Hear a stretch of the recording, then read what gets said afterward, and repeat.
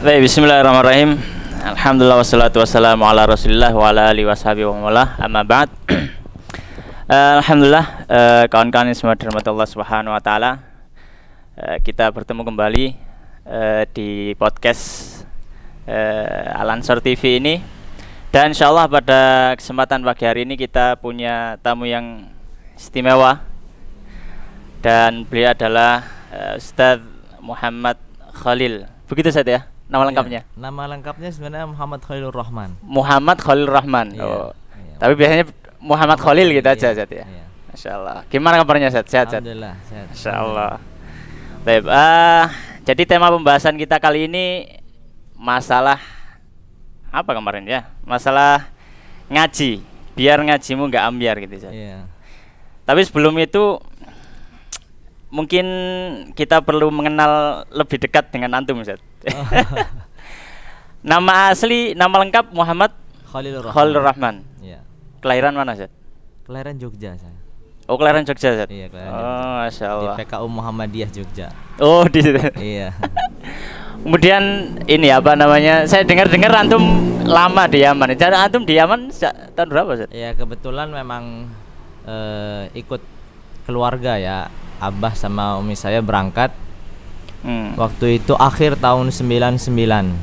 99. Iya, Antum pada umur? akhir tahun 99. Usia saya pada waktu itu sekitar 8-9 tahun. 8-9 tahun. Usia Berarti kelas masih 2 SD. Masih Sekitar sangat itu. kecil itu ya. Udah Iya, hijrah ke Yaman ya. Terus di sana? Terus di sana kita sempat kembali ke Indonesia pada tahun 2002. Setelah itu balik lagi 2004 sampai 2015. Sampai 2015. Sampai 2015 baru balik ya. Iya, Berarti berapa tahun Zat? Baru menetap. 15 16 tahun. Ya, kurang lebih lah. Masya Allah. Hanya menghabiskan masa kecil aja sebenarnya. Iya. Hanya pindah tempat. Ya. Pindah tempat tidur dan belajar ini Masya Allah Zat. Antum selama di Yaman ini belajarnya gimana Zat? Maksudnya apa namanya? Kalau antum lihat di sana itu apa nggak jauh beda sama model pendidikan di Indonesia, ngajinya terus sekolahnya kayak gitu? Jadi kebetulan selama dari awal kami datang itu kami tinggal di satu kota yang dikenal dengan kota Ma'rib dan di satu tempat yang disebut dengan Markas Darul Hadis. Markas Darul Hadis ini yang belajar itu adalah satu keluarga gitu. Jadi yang belajar bukan hanya anaknya atau bapaknya atau ibunya, tapi semuanya. Semuanya satu keluarga, semuanya. Masya Allah. Jadi kalau pagi itu kosong rumah, karena memang disediakan rumah-rumah tempat tinggal untuk para keluarga untuk belajar. Gitu. Jadi yang perempuan juga ada, yang laki-laki juga ada, anak-anak semua diberi tempat. Ada kelasnya masing-masing gitu ya, untuk yang perempuan, yang anak-anak. Iya benar begitu. Oh. Jadi gitu. memang kita belajar satu keluarga. Gitu. Jadi seperti itu. Ya. Masya Allah. Ya. Antum selama di mana? Di Ma'rib Ustaz ya? Iya, di Ma'rib. Di Ma'rib itu berarti nggak ada sekolah formalnya gitu atau? Kebetulan ada sekolah formalnya dan itu resmi dari pemerintah. Jadi kalau saya memang karena sekolahnya formal sehingga untuk belajar di markas itu sore sama malam. Kayak TPQ Madin gitu ya kayak. Tapi kan kita memang tinggalnya di lingkungannya di markas itu, di Markas Darul Hadis itu, dan sekolahnya pun di dalam situ juga. Sehingga guru-guru yang mengajar di sekolah itu juga sebenarnya guru-guru yang mengajar juga di markas. Oh gitu ya. Iya, gitu. Sama gitu ya, guru sekolah sama guru pondoknya sama gitu ya. Bedanya kan kurikulumnya kan masih mengikuti pemerintah. Tapi kalau kurikulum Yaman itu masih sangat kuat gitu secara keilmuannya gitu. Jadi seperti itu. Oh gitu ya. Iya. Berarti antum di sana itu sampai SMA. SMA lulus, kemudian sempat kuliah. Sempat kuliah Zat? Iya, Gimana Zat? kuliah. Saya kuliah kalau di sana itu kan kita sebenarnya formalitas saja mengambil kuliah itu. Jadi agar kita memiliki izin tinggal harus kita terdaftar di universitas. Maka sehingga kuliahnya di Sambi aja. Kalau pas ujian datang gitu aja seperti itu. Kayak kuliah kayak universitas terbuka gitu ya. Iya, universitas terbuka gitu. Oh gitu. Itu berarti sampai lulus sampai tidak selesai itu. Oh, nggak selesai. Tidak selesai karena terus kemudian sampai Yaman kacau itu terakhir. Jadi sudah semester kalau nggak salah semester 7 atau pokoknya tinggal beberapa semester lagi gitu, 6 atau 7. Tinggal beberapa gitu, semester lagi antum LC ya. Terus akhirnya pulang gitu Zat ya? Iya, akhirnya terus habis itu saya sempat beberapa lama di Hadramaut, kemudian baru pulang. Oh, sempat ini juga cari ilmu di tempat yang lain juga. Jadi ngungsi aja. Jadi ketika di Son'a di ibu kota nggak kondusif karena peperangan begitu, kemudian saya singgah di Hadramaut untuk berapa bulan aja, kemudian berangkat ke Saudi umroh terus pulang. Oh gitu. Jadi seperti itu. Baik. Ya. Nah, sekarang kita masuk ke tema Zat. Ini temanya kan biar ngajimu nggak ambiar gitu. Soalnya gini Zat, ada fenomena ketika ada orang yang habis ngaji kayak gitu kan, taruhlah ngaji, baik ngaji umum atau ngaji apa, tapi sudah ngaji, mungkin kalau level pondok gitu ya, mungkin level pondok itu sudah lulus, sudah masyayikh gitu loh, jadi sudah guru besar ya, tapi karena ya memang ngajinya ngaji dari masjid ke masjid, dari musola ke musola kayak gitu. Nah, terkadang ilmunya hari ini dengan 5 tahun yang sebelumnya itu sama-sama aja, jadi kayak ngajinya tuh nggak berkembang signifikan gitu Zat. Nah, bagaimana pendapat antum fenomena ngaji kayak gini Zat? Ya, jadi memang pertama ya kita perlu mengetahui bahwasanya umat ini tidak akan bisa memperbaiki dirinya kecuali apabila ia mengikuti apa yang telah dilakukan orang-orang terdahulu, para salafus saleh. Jadi kita perlu bercermin bagaimana mereka belajar, bagaimana mereka menuntut ilmu gitu. Dari level awamnya sampai penuntut ilmunya.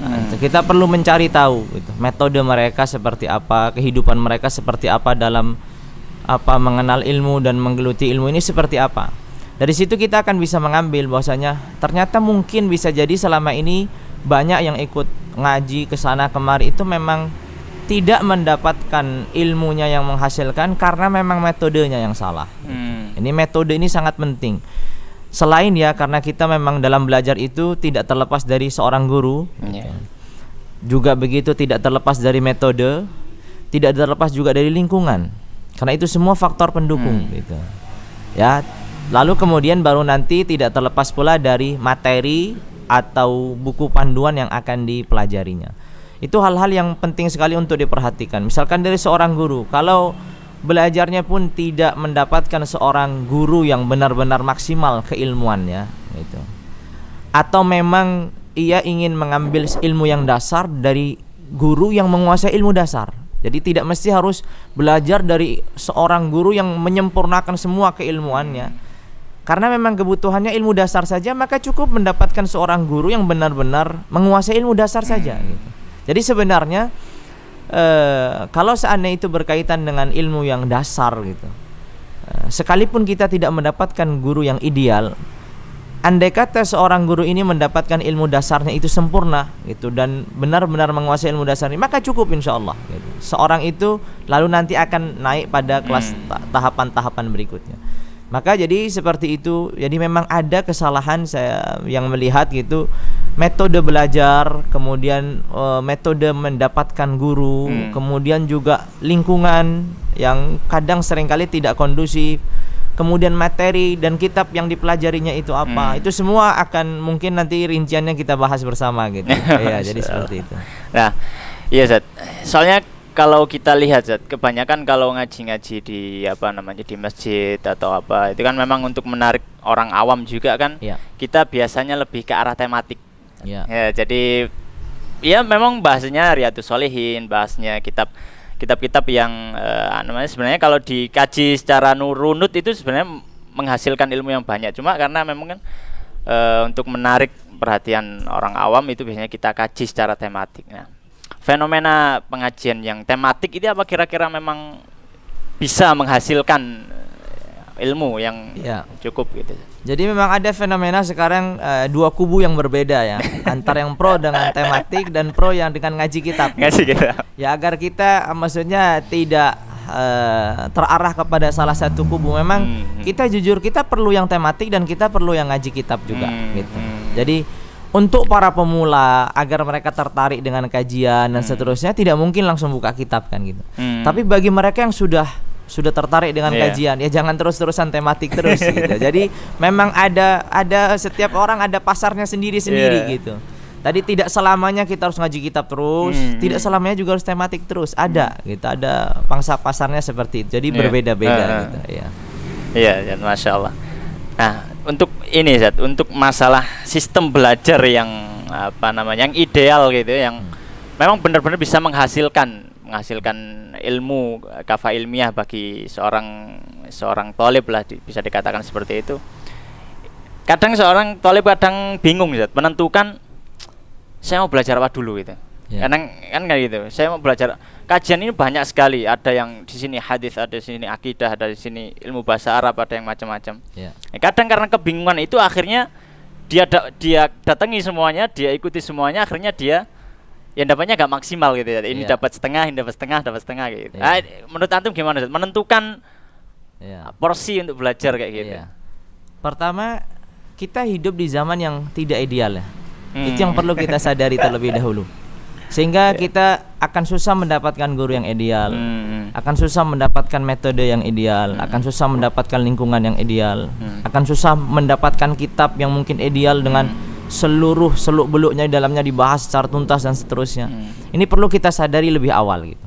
Namun bukan berarti kita tidak berupaya untuk mencapai itu. Kita tetap berupaya.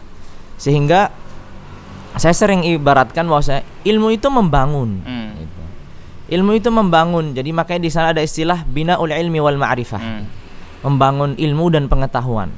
Sehingga kalau namanya ilmu itu dibangun dan membangun, maka ibaratnya ilmu itu suatu istana yang megah gitu. Sangat indah dan sangat menawan. Seringkali orang hanya melihat yang luarnya saja, yang tampaknya saja. Tidak melihat bagaimana istana ini kokoh, bagaimana istana ini dibangun dengan pondasi yang sangat kuat. Nah itu terkadang orang lupa gitu. Tahu-tahu, masya Allah gitu. Tapi ternyata tidak tahu prosesnya dan tahapannya. Disinilah seorang itu harus menyadari bahwasanya ilmu itu harus melalui tahapan, melalui tadrij, melalui tahapan-tahapan yang ada. Memulai dari hal-hal yang dasar sekali dalam seluruh ilmu yang ada. Gitu.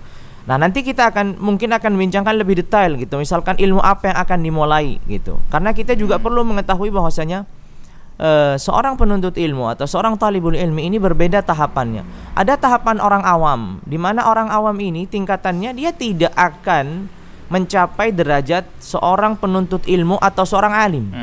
Memang dia ngaji itu untuk hanya sebatas satu, menyelesaikan ilmu yang wajib. Dua, agar ia termotivasi untuk selalu beramal soleh. Itu aja gitu. Tidak ada tujuannya dari awal untuk menjadi seorang guru agama atau seorang yang berilmu. Memang hanya sebatas sampai di situ. Ada juga seorang penuntut ilmu yang memang tujuannya ke sana. Maka ini harus dipisahkan. Ini harus dipisahkan. Misalkan bagi seorang awam gitu. Bagi seorang awam yang memang ngajinya misalkan seminggu sekali gitu kan, seminggu 2 kali, 3 kali, memang tidak rutin karena kesibukannya. Memang tidak dikosongkan waktunya untuk belajar karena memang tujuannya bukan itu gitu. Tujuannya hanya sebatas menuntaskan yang wajib, kemudian motivasinya untuk perjalanan menuju akhirat. Sehingga ini apa yang dituntaskan bagi orang awam ini? Yang dituntaskan bagi mereka adalah ilmu yang wajib. Jadi fenomena sekarang gitu, semangat orang-orang awam untuk ikut hadir dalam kajian-kajian ilmu, terkadang juga semangat ini melampaui kemampuannya gitu. Dan melampaui apa sih tujuannya dalam mengaji gitu. Apakah tujuannya akan menyaingi ustadz yang mengajar gitu kan menjadi masalah gitu. Makanya saya termasuk yang sedikit dalam tanda kutip keras ya ketika mendapatkan orang awam ngaji bahasa Arab, ngaji nahwu shorof. Untuk apa gitu. Dia akan sia-sia usianya untuk mengkaji ini dan gak akan selesai, gak akan tuntas. Lalu apa yang dikaji? Yang dikaji adalah bagaimana ia menuntaskan misalkan ilmu mujmalatil aqidah gitu. Global-global, masalah-masalah global yang secara garis besarnya itu wajib diimani secara akidah. Rukun iman yang 6. Kita kalau menyadari bahwasanya ternyata kalau rukun iman yang 6 ini, kalau kita sedikit detail aja gitu. Maksudnya detail dalam yang global ini, bukan detail dalam perinciannya. Itu ternyata perlu pendalaman. Misalkan bagaimana bagi orang awam itu yakin bahwasanya Allah itu ada dengan cara pendalilan dan pendekatan nalar. Gitu. Karena itu lebih mudah bagi mereka kalau kita langsung hadapkan dengan Al-Quran, Sunnah, repot proses untuk menyimpulkan hukum. Tapi dengan nalar-nalar yang ada, logika gitu, logika yang ada gitu. Sehingga ketika ada pertanyaan yang itu meragukan tentang wujudnya Allah, atau apa kebenarannya Rasulullah dan seterusnya, itu bisa menjawab. Nah, itu misalkan sebagai contoh yang seperti itu. Kemudian juga berkaitan dengan masalah-masalah fikih yang wajib saja gitu. Tasawurul masail hanya sebatas menggambarkan perkara, seringkali tidak gitu. Dan seringkali terkadang melakukan ini hanya alasannya kita tanya, masa kayak gini aja nggak boleh gitu. Jadi tidak ada yang diikuti, tapi cuman hanya sebatas perasaan aja gitu. Ya. Atau terkadang pernah mendengar tapi juga hanya sebatas kelihatannya gitu. Saya pernah mendengar, ini menjadi masalah gitu. Dan itu berbeda dengan penuntut ilmu gitu. Walaupun saya sendiri secara pribadi, sekalipun itu orang awam, harus mengkaji dari ilmu yang dasar. Kalau dia memang sudah tertarik untuk ikut kajian, maka sebaiknya memang ditertibkan dengan ngaji kitab juga gitu. Tapi ngaji kitab yang sesuai dengan porsi mereka. Apa yang mereka perlukan? Ilmu wajib. Misalkan kalau apa yang digambarkan para ulama, misalkan ilmu itu terbagi menjadi 3 ya. Ilmu usulil Islam itu usulil Islam itu yang berkaitan tentang apa namanya arkanul Islam yang 4 terakhir. Kemudian ilmu usulil iman itu rukun iman, dan ilmu usulil ihsan. Jadi bahasanya akidah, fikih, dan ilmu akhlak. Iya, jadi begitu. Ilmu suluk atau ilmu akhlak. 3 ini saja yang diserap untuk orang awam. Dan tidak terlalu mendetail, hanya sebatas menggambarkan masalah-masalah yang inti dalam kehidupannya. Jadi ini untuk orang awam. Nah, untuk penuntut ilmu tentu berbeda. Karena untuk penuntut ilmu ini lebih fokus dan memang ia akan dikader menjadi seorang ulama, seorang ustadz. Maka sehingga harus memang ada tahapannya. Mau itu nanti fikihnya seperti apa, mau itu akidahnya seperti apa, mau nahwu, sorofnya seperti apa, itu harus dikaji semua, bahasa Arabnya. Maka kalau orang awam sekarang ngaji bahasa Arab untuk apa? Apa fungsinya belajar bahasa Arab? Bahasa Arab itu kan fungsinya untuk menjadi penyambung. Kita mau ngomong sama siapa? Nggak ada juga. Atau fungsinya untuk membaca kitab. Untuk apa orang awam baca kitab? Gitu kan, akan menjadi masalah. Gitu. Jadi seperti itu. Tapi kalau misalkan gini, yang menarik yang apa namanya, orang awam sebaiknya nggak belajar bahasa Arab gini, Sat. Iya. Nah, kadang apa namanya, memang beberapa teman-teman yang mungkin sudah lama ngaji gitu, Sat. Sudah lama ngaji dan mereka masih bawa buku terjemahan aja gitu. Mereka akan merasa saya harus naik level gitu loh. Saya harus naik level, paling enggak saya ketika ngaji paling enggak bawa kitab yang inilah bahasa Arab lah. Soalnya saya sudah taruhlah 10 tahun ngaji, 5 tahun ngaji, tapi masih bawa cuma catatan sama nulis tangan aja gitu. Yeah. Nah, ini kan apa namanya, di sini kan juga paling enggak dia juga harus butuh untuk dasar-dasar bahasa Arab, terus apa namanya untuk ngikuti ustadznya dalam mengkaji kitab. Nah, itu pandangan antum gimana? Ya, kalau pandangan saya pribadi kembali lagi pada tujuan ngajinya. Jadi tujuan ngajinya apa? Gitu. Karena banyak juga orang awam ini merasa kalau dia sudah ikut kajian 10 tahun, 15 tahun, kemudian sudah jadi mufti, bisa menggantikan ustadznya gitu. Sudah bisa menggantikan ustadznya gitu. Padahal ngajinya seminggu 3 kali, seminggu 2 kali, udah maksimal. Penuntut ilmu yang tiap hari ngaji aja belum tentu jadi ustadz. Gitu. Bagaimana orang awam yang tahunan itu tiap hari gitu. Tahunan belum jadi. Iya, jadi makanya seperti itu. Kembali lagi pada tujuan ngajinya. Iya. Dan itu bisa sebenarnya gitu. Kalau orang awam tadi misalkan yang sudah tertarik dengan ilmu syar'i misalkan, dia ngaji kitab. Dari awal memang ngajinya jangan terjemahan. Ngajinya tetap pakai matan-matan para ulama, misalkan tuh kitab-kitab yang dasar, tapi tetap pakai bahasa Arab. Itu lama kelamaan nanti akan paham gitu. Apalagi kalau kita nanti mengkajinya itu runut ya. Mufradatnya itu akan terulang-ulang. Ada tambahan sedikit. Yang lain lagi adalah ketika misalkan kita sekarang disemarakan kajian apa namanya hewarot gitu kan. Kalau bahasa Arab modelnya percakapan. Percakapan ini nggak dibutuhkan dalam ngaji kitab. Yang penting bisa baca ya. Iya gitu. Gak ngomong ya. Begitu juga mufradatnya itu berbeda. Mufradat itu berbeda. Kan keseharian dengan kitab ini berbeda. Klasik sama modern gitu. Iya, dan seperti itu. Makanya sebenarnya tidak akan banyak berpengaruh. Justru berpengaruh tadi itu. Jadi 10 tahun, 15 tahun terkadang mengaji, mungkin bahasa Arabnya sudah mulai dapat, tapi kadang menggambarkan masalah-masalah yang ringan dalam perkara agama. Tidak paham. Nah, itu menjadi masalah besar gitu. Itu masalah besar karena tadi salah dalam metode kajian tadi. Iya, seperti itu. Gitu. Masya Allah, luar biasa.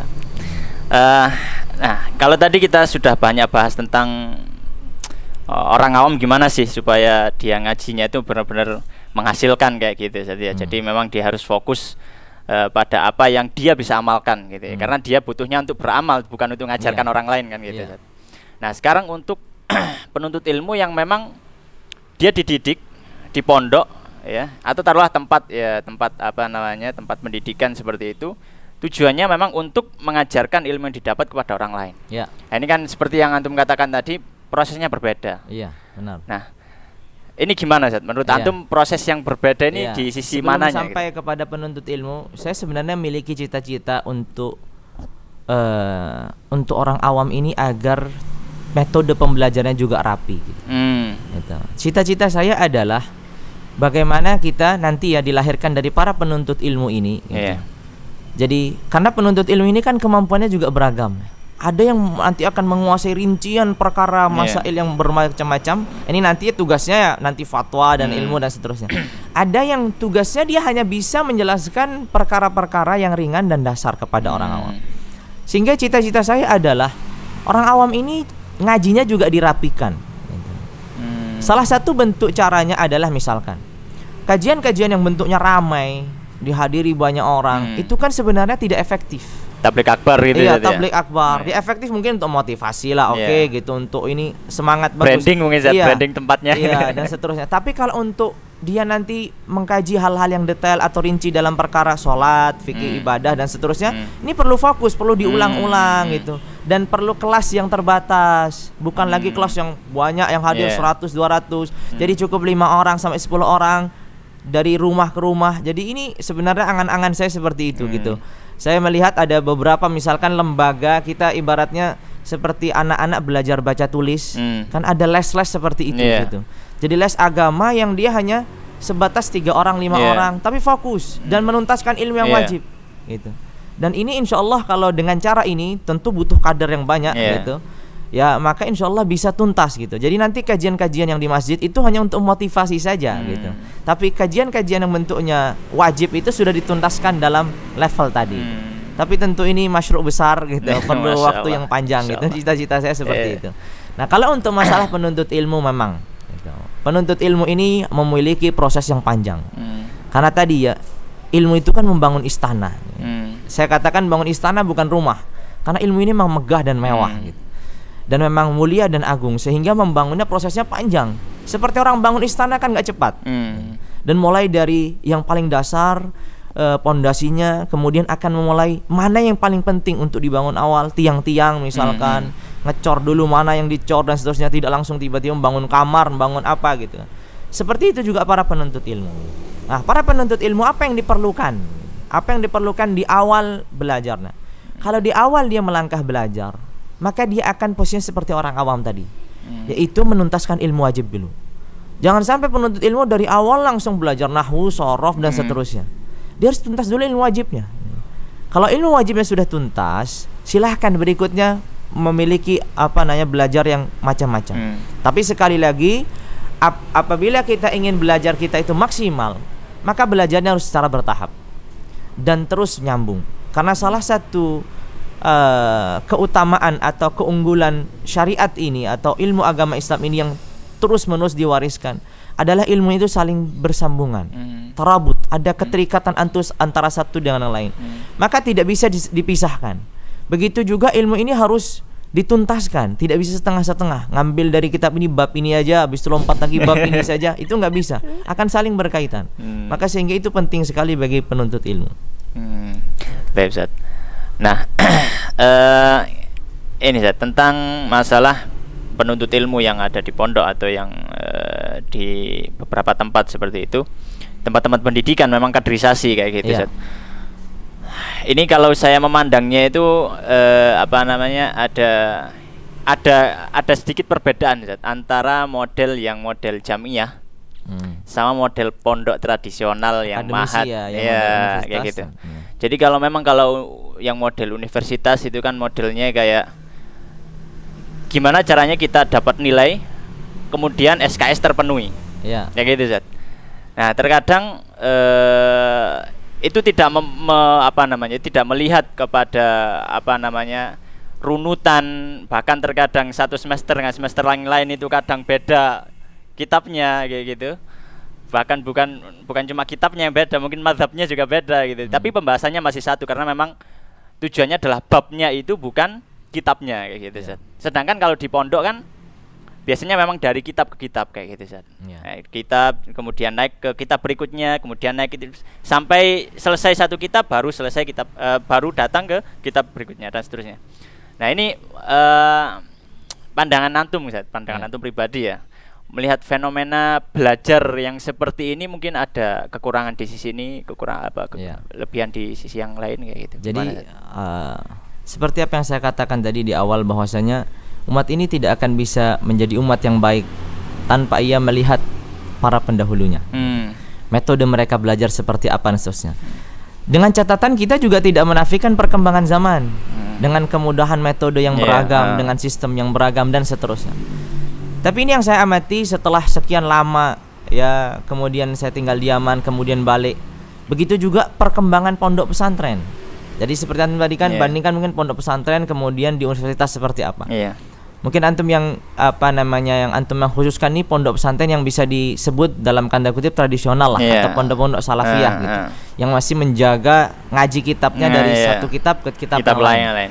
Padahal pondok tidak semua seperti itu. Gak semua seperti itu. Iya, itu yang menjadi sorotan. Iya. Jadi kalau kita melihat ya, pondok yang paling lama atau pondok-pondok tradisional ini menerapkan sistem yang seperti antum sebutkan tadi, ngaji dari satu kitab ke kitab yang lain, dengan metode yang kadang satu orang, kadang halaqah gitu dan seterusnya lah, dengan metode orang, tapi fokusnya kepada kitab dan bertahap dan seterusnya. Lalu kemudian ini kan sudah lama, puluhan atau bahkan mungkin ratusan tahun. Kemudian orang-orang setelahnya melihat ada kekurangan memang. Ada kekurangan yang perlu diperbaiki dan seterusnya gitu. Mungkin dari pengetahuan umumnya, mungkin dan seterusnya. Akhirnya update lah gitu, metodenya, sistemnya gitu. Karena adalah berkembang pondok-pondok modern gitu kan. Pondok modern yang berusaha untuk menggabungkan antara ilmu agama dengan ilmu umum gitu kan, digabungkan dan seterusnya gitu. Akhirnya berkembanglah dan marak di mana-mana gitu.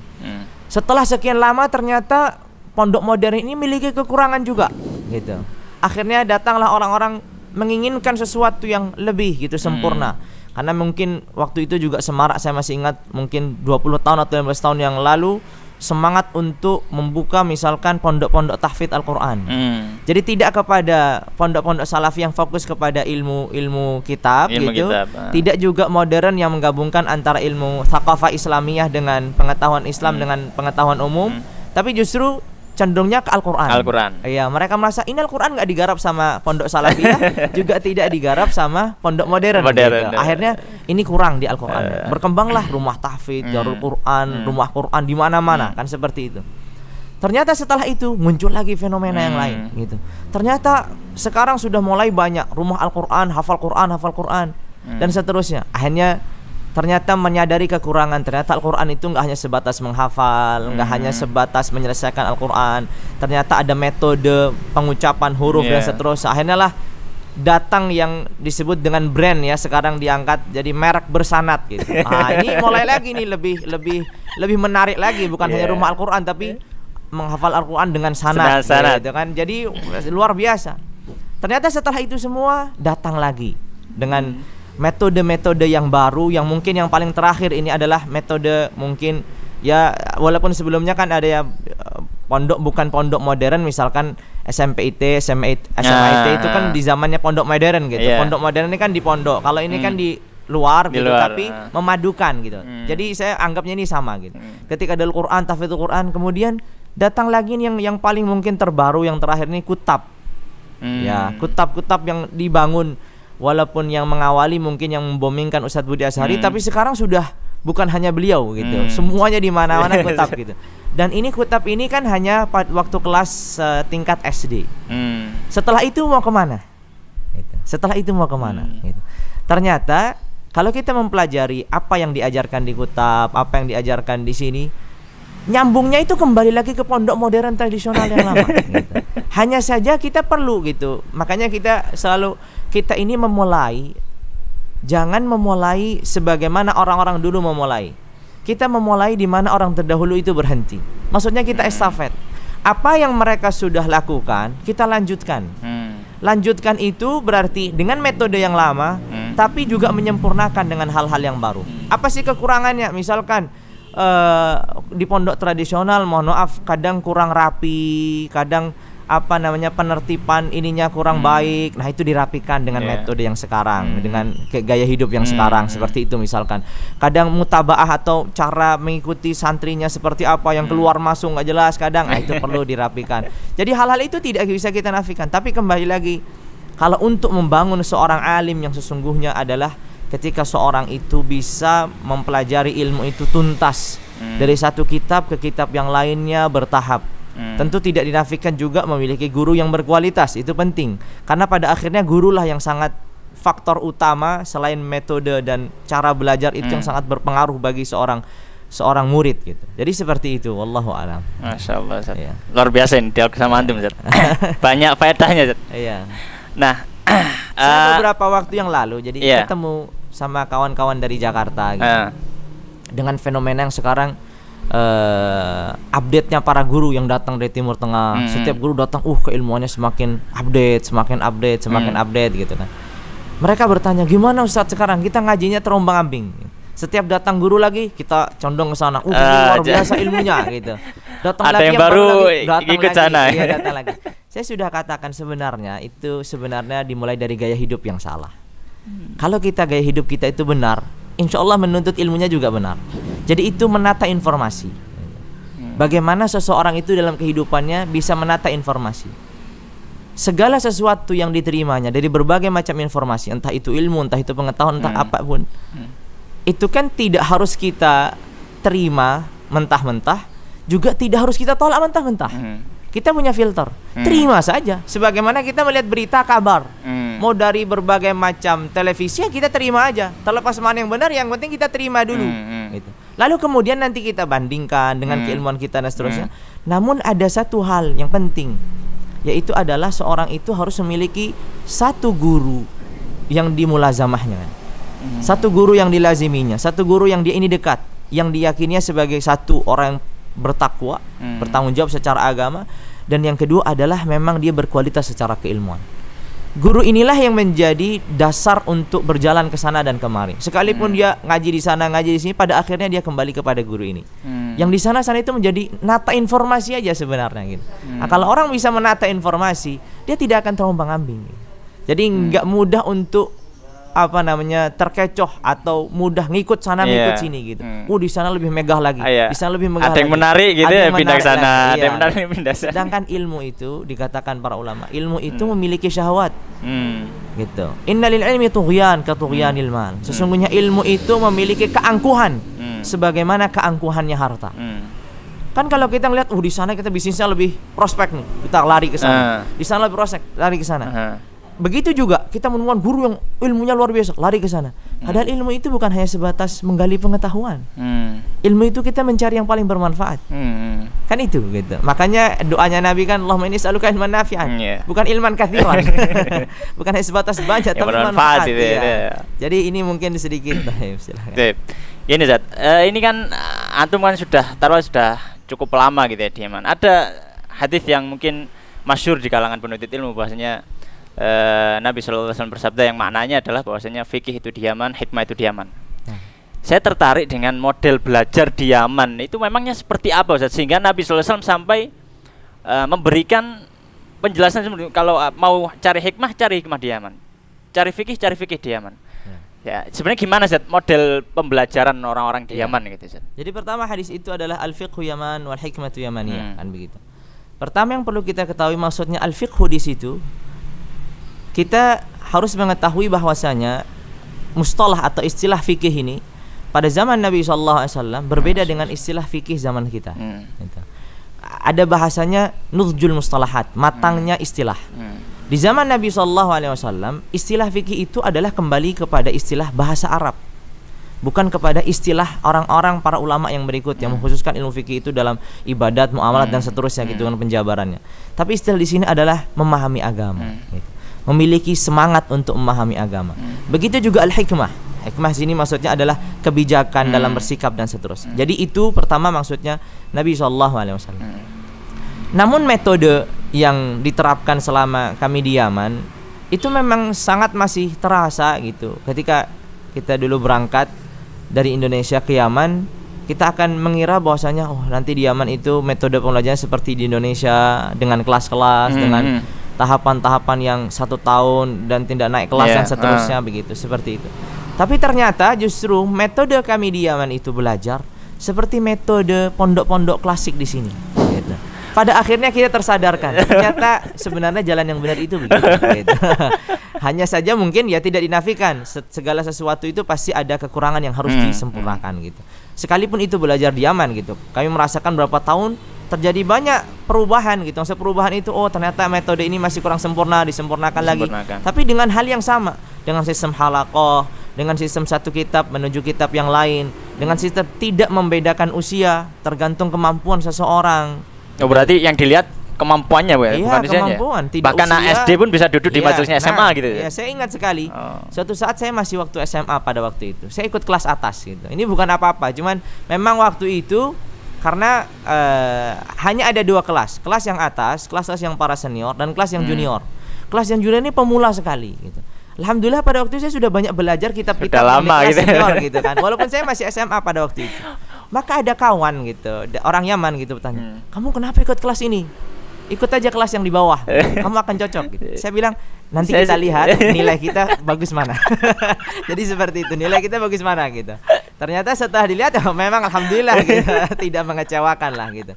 Jadi memang tidak terbatas usia, tidak terbatas memang kemampuan. Sudah belajar kitab apa aja agar bisa duduk di kitab yang berikutnya. Bahkan satu kitab bisa terulang 5 kali, 4 kali. Itu biasa sekali. Biasa ya. Iya. Dan itu yang kita budayakan dan kita biasakan bahwasanya orang nggak naik kelas itu bukan sebagai hukuman. Orang yang tidak naik peringkat berikutnya itu bukan sebagai hukuman. Justru itu adalah mencerminkan dirinya sendiri dan mendudukkan dirinya sendiri itu seperti apa. Sehingga ke depan dia bisa mendudukkan dirinya sendiri. Orang yang tidak bisa mendudukkan dirinya sendiri, bagaimana akan bisa mendudukkan orang lain? Bagaimana dia akan bisa mendudukkan ilmu? Nggak bisa. Setiap masalah akan dipukul rata. Setiap orang akan dipukul rata. Karena dirinya sendiri tidak bisa didudukkan dengan tempat yang baik gitu. Nah itu dibiasakan. Tentu cara pembiasaannya adalah ketika halaqah itu bercampur, yang kecil, yang besar. Kemudian nanti yang misalkan pindah ke halaqah yang berikutnya itu ternyata ada yang kecil, yang besar juga. Jadi sudah biasa. Jadi nggak merasa, saya tertinggal kelas. Kalau di sini kan nggak naik kelas misalkan itu. Itu apa nggak ada ini, maksudnya nggak ada ketimpangan dalam sosial. Maksudnya saya duduk sama anak SD misalkan, saya duduk kayak kurang gimana gitu atau nggak ada perasaan itu. Kebiasaan. Itulah membangun bi'ah. Itulah membangun kondisi dan keadaan. Kalau kita sudah bisa membangun lingkungan, maka itu semua terhilangkan dengan sendirinya. Gitu. Saya sudah katakan tadi, saya duduk waktu saya SMA dan yang saya di situ adalah guru-guru saya. Gitu. Belajar dengan guru yang lebih senior. Berarti ini murid saja. Guru dan gurunya guru. Iya, jadi biasa saja gitu. Memang sudah terbiasa begitu gitu. Dan itu metodenya para ulama salaf rahimahumullah begitu. Dia duduk di hadapan, makanya dikatakan kan la yambulur rajul. Seorang itu tidak mulia. Sampai dia mempelajari suatu ilmu itu dari yang lebih senior, dari yang lebih junior dan dari yang setara. Jadi kalau kita sudah mampu mempelajari ilmu dengan tahapan ini, maka disinilah orang itu benar-benar mulia. Kalau dia sama yang junior minder, berarti ada kesombongan. Kalau dia dengan yang setara juga enggak mau, berarti ada persaingan yang enggak baik. Jadi ada su'niyah di sini. Maunya sama yang senior. Ya senior gitu. Ini menjadi masalah gitu. Maka alhamdulillah itu biasa gitu, yang kecil, yang besar. Makanya kami juga berusaha untuk menghidupkan majalis yang seperti ini. Majalis di sana ada majelis-majelis khusus yang itu juga tidak terbatas dengan kelas-kelas yang ada. Maka kebetulan kami di Pondok Darussunnah juga seperti itu, Ustaz. Jadi kadang kelas 3 SMP sama kelas 2 SMA. Gitu. Kelas 2 SMP sama kelas 1 SMA. Biasa. Karena santri sudah dibiasakan. Bahkan ketika sudah selesai kitab, kita tanya kepada masing-masing, gimana? Mau lanjut kitab yang berikutnya atau kamu sebaiknya ulang? Gitu. Kalau pandangan kami, kamu sebaiknya ngulang. Tapi kamu kalau mau ikut silahkan, coba aja dulu. Ternyata setelah ikut dia bisa memposisikan dirinya. Dan ini bagi saya selain ada tahapan yang baik dalam belajar, itu juga tarbiyah bagi dirinya. Dia bisa mendudukkan, bercermin. Oh, saya memang bukan levelnya di sana. Masih belum ke sana gitu. Jadi dia tidak memaksa untuk berkata sesuatu yang tidak diketahuinya dan seterusnya.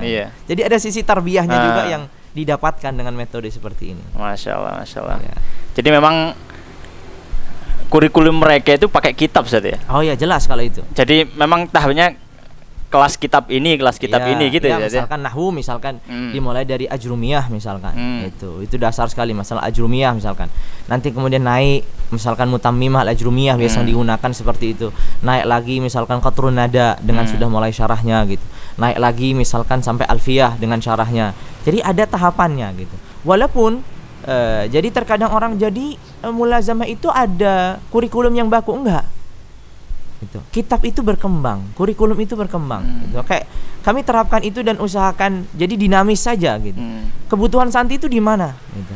Oh misalkan ajrumiyah diulangin sekali, dia masih belum paham, diulangi 2 kali, diulangi 3 kali. Ternyata ajrumiyah ini mentok, dia belum bisa paham. Dicarikan kitab yang selevel dengan ajrumiyah yang lebih mudah.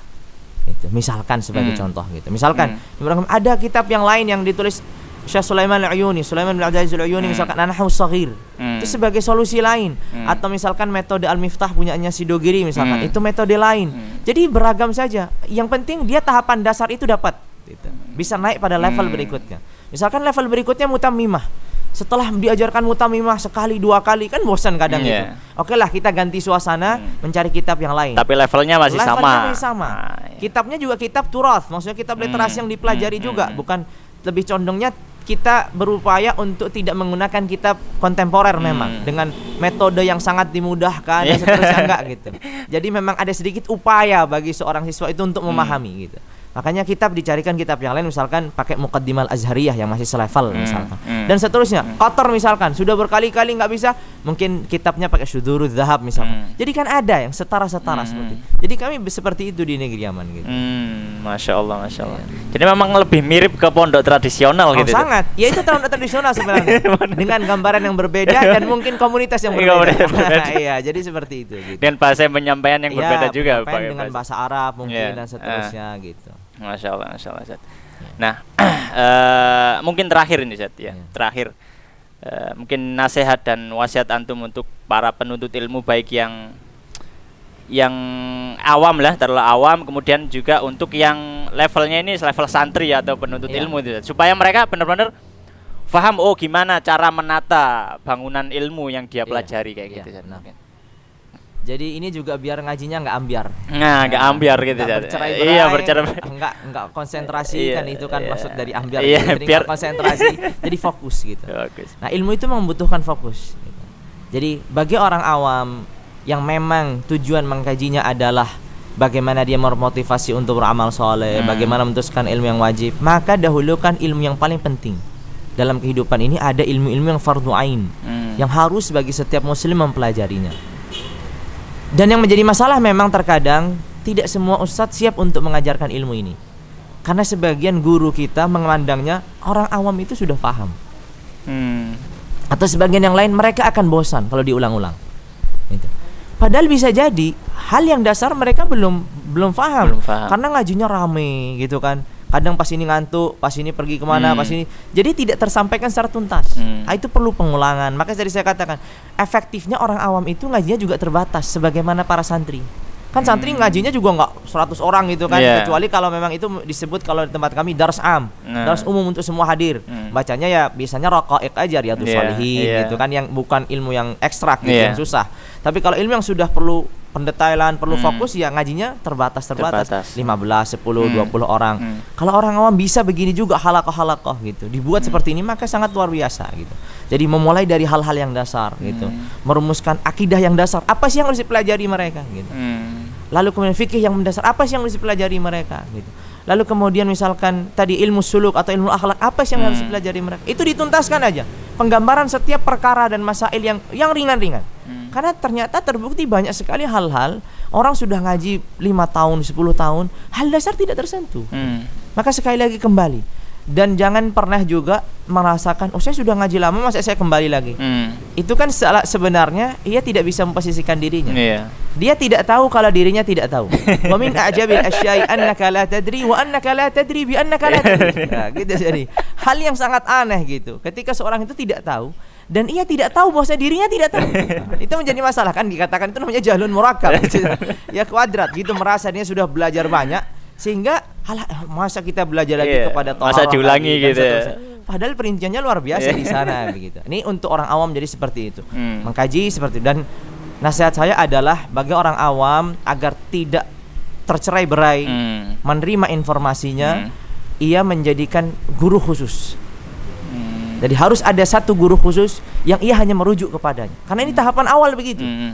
Jadi jangan langsung main perbandingan informasi, perbandingan ilmu, karena ini akan membuatnya buyar. Dia nggak tahu fokus kemana. Ketika datang di sini informasi, oh ini menawan, datang sini, oh dibantah, oh ternyata lebih, ini dibantah lagi, akhirnya terombang-ambing terus. Maka fokus saja, carilah seorang guru satu yang agamanya bisa bertanggung jawab. Dia seorang yang saleh secara dirinya sendiri. Kemudian yang kedua adalah dia seorang berilmu. Cukup itu aja. Dan maksud saya di sini berilmu tidak lazim, tidak harus dia ini ilmunya sampai tumpah-tumpah gitu bahasanya. Dia ilmu yang diperlukan orang awam. Oh ilmu wajib, ya sudah cukup cari guru yang dia tuntas gitu, bisa menggambarkan ilmu yang wajib. Guru satu atau dua itu sudah cukup. Sedangkan yang lain silahkan ikut kajian dimanapun monggo saja gitu. Tapi itu tidak menjadikan pedoman, tidak menjadikan rujukan. Ya, camilan gitu ya. Itu jadi tadi tambahan informasi aja gitu. Seperti apa anggap aja itu seperti hadis Bani Israil gitu kan gitu. Jadi kadang yang benar ya terima aja, oh ada kisah di sana, ada kisah di sana. Enggak harus semuanya diterima gitu. Itu bagi orang awam gitu. Kalau bagi para penuntut ilmu dengan merajalelanya pondok pesantren yang banyak seperti ini, maka hendaknya mereka kalau mereka sedang di awal gitu, sedang di awal dalam tahapan mencari gitu, atau orang tua yang mencari anak-anaknya untuk mondok di pondok pesantren, maka yang harus mengenali sistem pondok itu, sistemnya seperti apa gitu, lebih kepada sistemnya, gurunya siapa saja, kemudian kemampuan mereka seperti apa. Jangan hanya terbatas terkecoh dengan megahnya bangunan, banyaknya santrinya, kemudian juga aktivitas outbound di luar, di sana kegiatan yang macam-macam. Mungkin justru tidak membangun seorang talibul ilmi gitu. Malah nggak jadi santri, jadi santri gitu. Jadinya yang lain gitu, jadi kesana kemari. Memang itu harus gitu. Karena metode belajar itu sangat berpengaruh sekali gitu. Jadi metode belajar itu sangat berpengaruh. Jadi dalam bagaimana seseorang itu nanti melihat suatu perkara, tidak tergesa-gesa, memposisikan dirinya, memposisikan orang lain, mendudukkan suatu perkara, itu dari sini semua gitu. Kalau metode belajarnya dan dia biasa untuk mengajari seperti ini akan bisa gitu. Karena saya memiliki pengalaman gitu. Ada saya nggak tahu nih boleh nggak diceritakan, tapi semoga orangnya nggak dengar gitu. Saya juga tidak akan menyebutkan gitu. Ada salah seorang santri datang ke pondok kami gitu. Dan ia sudah memiliki pemikiran yang hulu gitu, berlebihan dalam takfir, ekstrim gitu. Sampai yang saya dengar adalah ayahnya sini sudah dikafirkan. Jadi sudah levelnya sudah level kacau. Luar biasa. Tapi kebetulan saya nggak tahu kasus anak ini apa. Tiba-tiba datang di usia yang sudah cukup tua, maksudnya ini levelnya sudah kelas 3 SMA kalau tidak salah, sebentar lagi lulus begitu. Kok tiba-tiba pindah? Kan aneh gitu, ada masalah apa? Biasanya kalau di pondok pindah itu ada masalah sebenarnya. Tapi yang saya lihat anak ini rajin, baik, sholatnya kan luar biasa gitu. Dan semuanya tertib, anak ini cerdas dan seterusnya. Lalu kemudian baru dapat informasi, oh ternyata anak ini memiliki masalah dalam pemikirannya. Ternyata mungkin bisa jadi di pondok sebelumnya anak ini haus dengan ilmu, haus dengan pengetahuan. Tidak ada yang bisa memberikannya. Ketika dia haus dengan pemikiran, dengan haus dengan ilmu, haus dengan pengetahuan, tiba-tiba datang anak-anak muda yang dalam tanda kutip memiliki sedikit yang baru lah gitu. Akhirnya dia mengikuti, wah ini baru. Tidak tahu bahwasanya itu bukan ilmu sebenarnya. Itu fata morgana aja. Jadi kelihatannya indah gitu. Sampai dan subhanallah, Allah Azza wa Jalla mungkin berikan petunjuk bagi anak ini. Itu karena mendengar tentang pondok kami gitu, diajarkan ilmu dan sebagainya. Akhirnya dia nggak apa-apa lah, saya keluar dari pondok ini, tapi saya harus ke pondoknya ke pondok Darussunnah untuk belajar di sana. Sampai sana kita tidak pernah sedikit pun menyentuh, menyindir, berbicara tentang apa yang dimiliki dalam pikirannya. Sama sekali. Kita hanya menyentuh bagaimana seseorang itu memposisikan dirinya. Lihatlah bagaimana ilmu dasarnya, ternyata kamu sendiri nggak tahu. Tapi kita tidak menunjukkan kepada dia ya, kepada seluruh santri gitu. Kan dengan sendirinya gitu. Makanya dalam tanda kutip, seorang guru itu dalam tahapan level awal itu, bagaimana seorang murid itu melihat bahwasanya ilmu itu agung, ilmu itu mulia, ilmu itu susah untuk dikuasai, dan ia itu bukan siapa-siapa, dan gurunya itu adalah segalanya. Sehingga ketika di sini di level ini dia mudah sekali untuk menerima, dia mudah sekali untuk memposisikan dirinya. Jadi kalau seorang menuntut ilmu, satu tadi memilih seorang guru itu penting. memilih metode pembelajaran di situ seperti apa. Apakah dikejar target harus sekian selesai, nilainya harus sekian dan seterusnya. Apakah itu yang akan mendidik gitu? Ataukah bisa dia mengulang-ulang satu mata pelajaran mungkin di halaqah yang berbeda dan seterusnya. Itu penting sekali. Dan saya rasa sekarang, dan semoga ini tidak menjadi brand dan menjual gitu. Maksudnya sekarang kan pendidikan ini jadi bisnis gitu.